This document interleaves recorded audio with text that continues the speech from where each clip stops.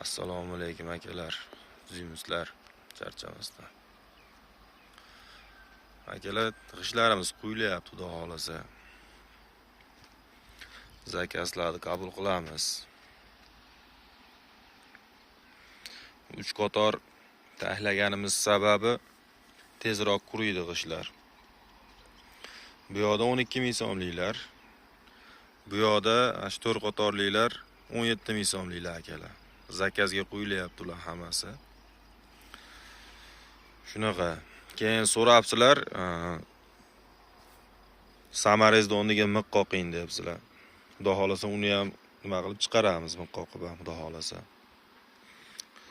Manzilimiz Andijon, Hakan, eski Ohak bozori.